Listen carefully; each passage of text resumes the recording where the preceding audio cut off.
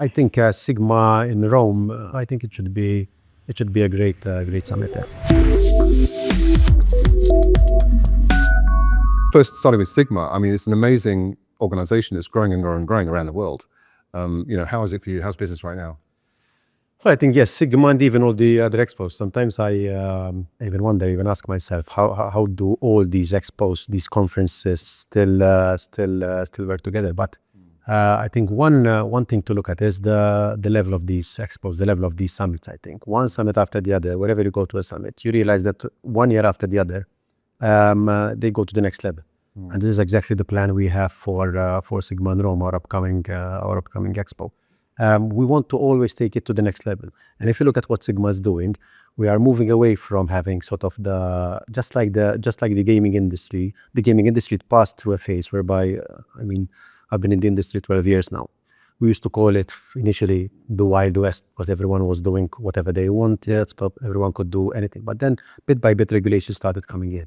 And I think even though there are no regulations for events, I think if you look at all the events, all the summits, they are going to a next level, a more corporate level. And this is what we are doing at SiGMA. We are taking it to a different level, a more corporate level. Even if you look at the attendees, if you look at our next summit in Rome, we have the European Parliament President opening the show. I don't think we can get it to a higher level, to be honest. But I believe that is what the industry deserves. It's more of a corporate image. So just like the gaming companies are becoming more corporate, even the events companies, they need to react, they need to do the same, they need to become corporate as well. It seems to me as there's a specialism. So if I think about SBC recently, that was very entertainment driven. So it was the Legends football match. There's kind of high profile celebrities and it felt like a big entertainment show. If I think about IGB and ICE, it's just huge. It's the sort of USP is it's the biggest thing that everybody's there. And then with you, it feels very much, if you want the right political people and regulation and everything else, which I guess is what you bring, then that's where you need to be.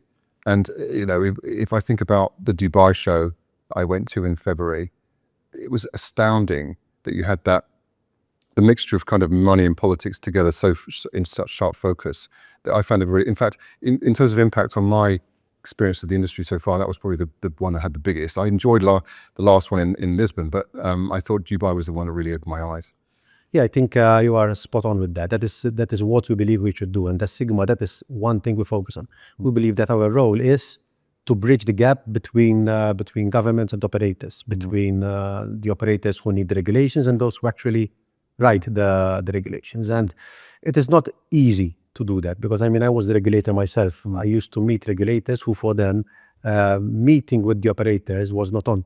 So for them, it wasn't okay to meet regulators. There were operators. There were regulators who believed that they should not be meeting operators. But interesting. One, it was the philosophy to avoid conflicts or just to avoid conflicts. Whereas even when I was at DMJ, but this is the philosophy of Moto, we always believe that there needs to be collaboration. There needs to be dialogue. If regulators are regulating an industry which they do not necessarily understand, or as they are lagging behind, usually regulators always lag behind because the industry is always innovative. We're working quite closely, or the affiliate industry is working closely in the Netherlands with the regulator there, and that's really successful because they're listening to what we are finding and saying, as opposed to Finland where they're saying no more affiliate marketing because we think they're shysters and they're going to rip you off and stream and the responsible gaming goes out the window. And you could not have two different approaches.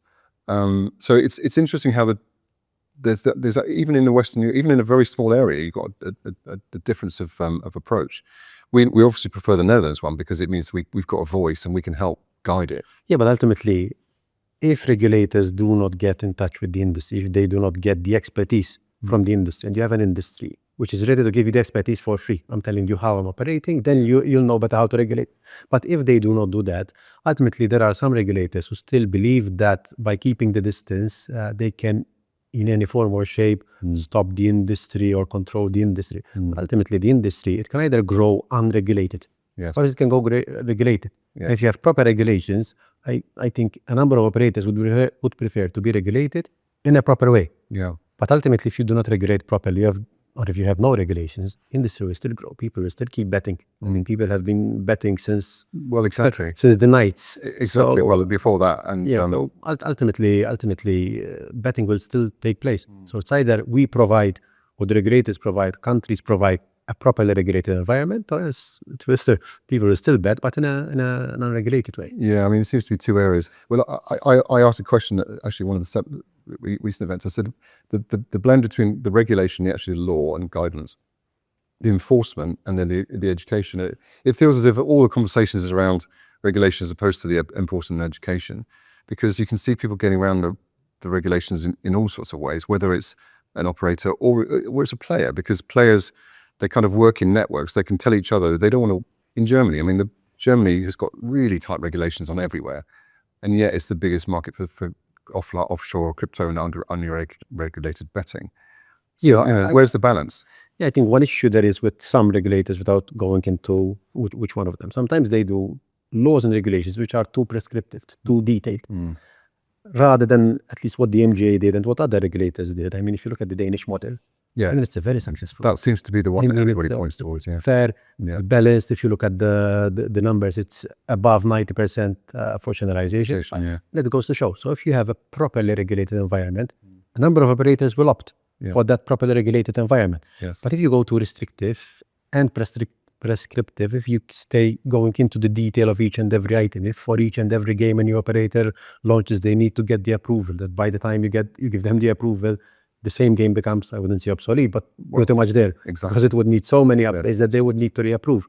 You cannot control the industry in that way. And what happens? Case in point, you mentioned Germany. If you look at Germany, if you look at the numbers, I rarely find numbers of channelization which exceed 50%, and it's not on, because then you have a situation whereby those operators who are licensed, they are the ones who get continuously fined. They need to pay the compliance costs, the taxes on GGR. Well, it becomes too difficult to operate, and therefore they just pull out of the market, and it creates a vacuum. And in rushes the vacuum into that would be the offshores, and they do amazing. I mean, I know many companies that are doing really well in Germany, and they're outside the law.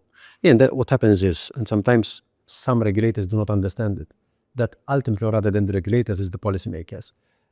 A player, as long as a player places a bet and they get paid, for them it's a good operator. Yeah. They will never stay checking, unfortunately. Yes. They will never stay checking whether or not he's licensed from this jurisdiction, or whether or not they do not have any license at all. And they hear from each other anyway. It's a player-to-player thing. They won't listen to governments, especially in the generation that's coming behind all of us.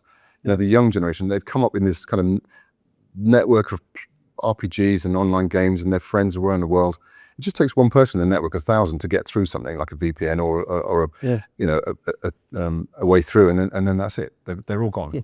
As long as a player gets paid, yes, for them it's a good operator. The moment they do not get paid, then ultimately they start looking whether or not they have a license, who they need to complain with, where they can file a complaint. But until that, they will keep playing. And that's why it's very important that the regulations, let's mention the Danish model.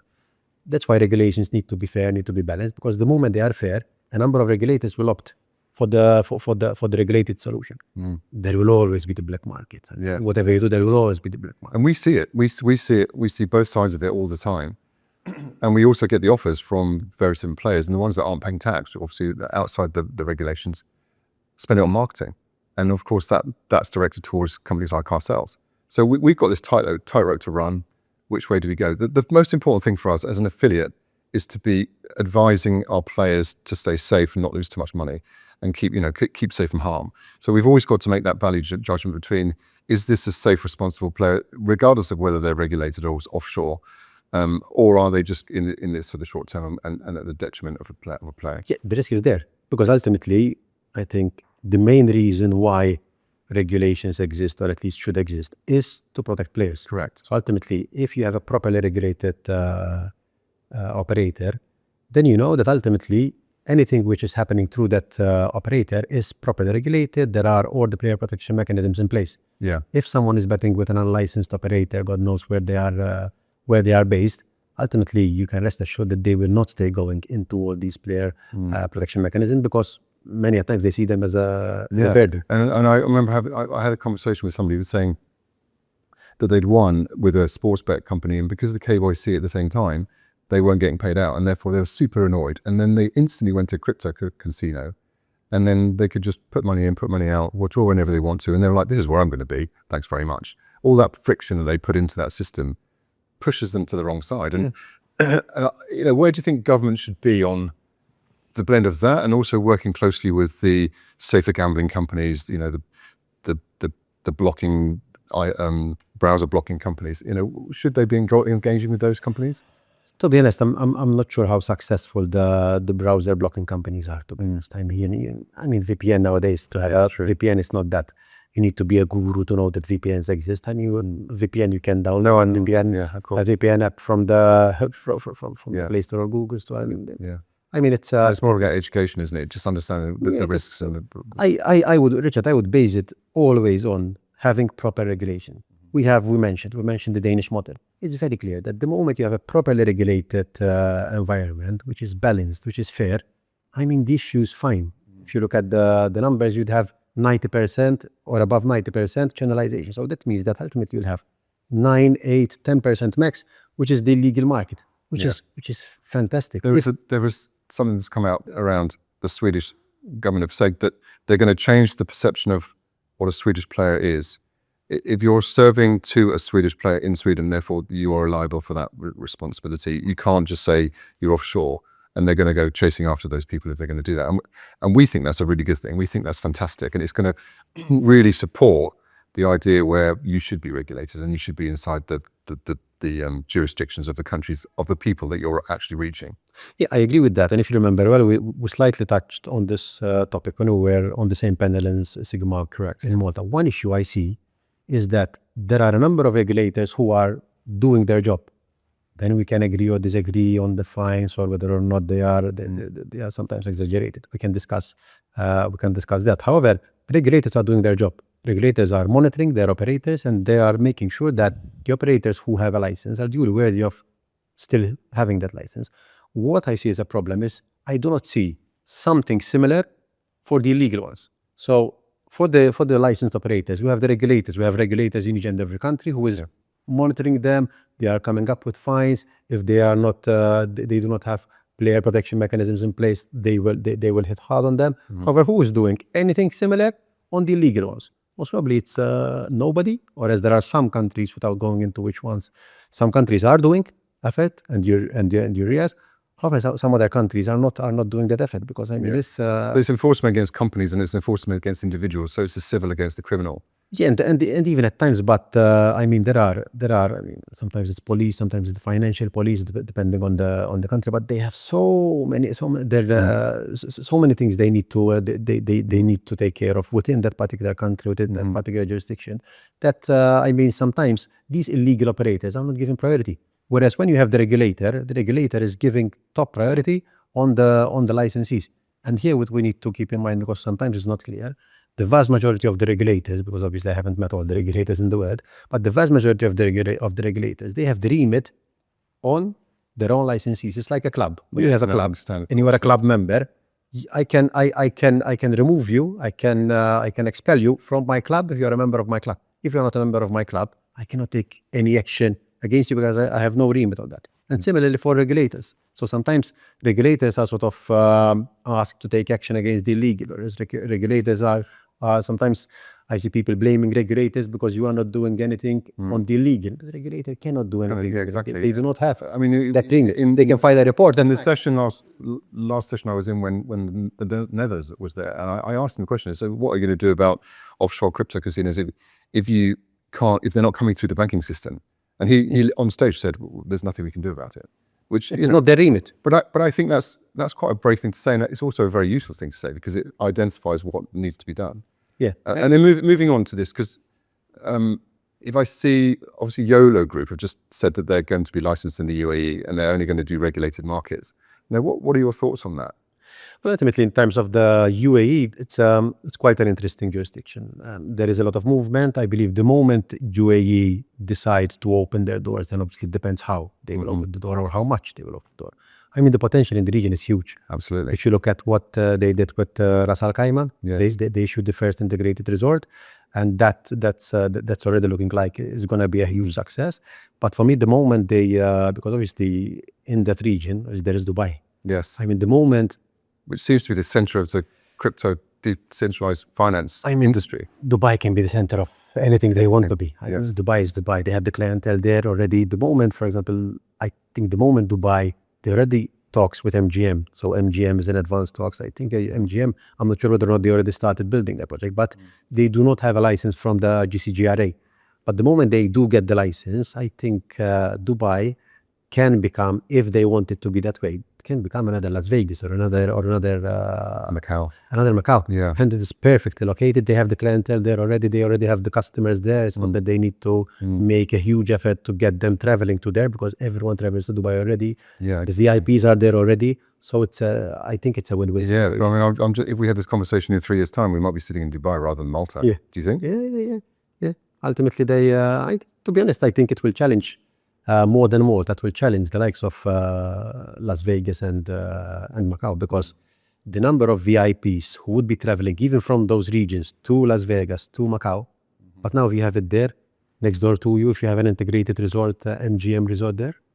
Yeah, it's interesting times. I mean, anybody that's running any companies in iGaming needs to understand that the centrifugal forces are pushing towards the center of the GCC now. Yeah, and how fast it's going, in my opinion, because can you imagine having this discussion about the UAE opening to casinos, I would say, I don't know, 5-10 years ago? No. So, Okay, and then moving on to more emerging markets. So we've seen Brazil, we've seen, there's obviously the Asian markets, they're all coming in. You know, what's the view on that? Is that something that they're going to follow the same path, or are they all individual? ultimately, sometimes in those regions, Richard, I think sometimes we have the European perspective of those regions. We talk about Latin America, like it's one country. Latin America. We talk about Africa, like one country. I mean, I've been, the first time I've been in Brazil was for SiGMA Brazil in April. I had never gone to Brazil. And I also had the European perspective. So for me, Brazil was okay, Latin America, Brazil.